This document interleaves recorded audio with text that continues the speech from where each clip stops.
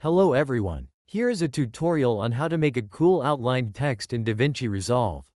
First, add a text plus to your timeline.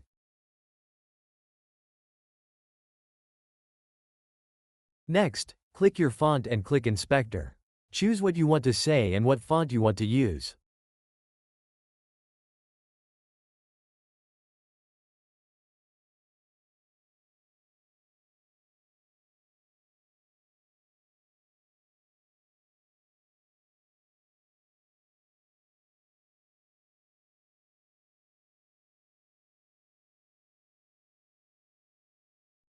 Then, press Shading and select Element 2. Rename it Black Outline and enable it.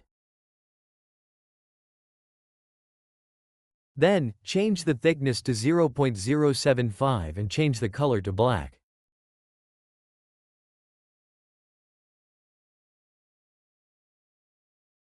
Finally, select Element 3 and enable it.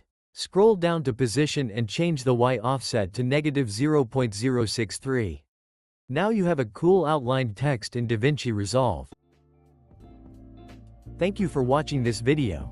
I really hope you enjoyed my first DaVinci Resolve tutorial. Now check out my channel here.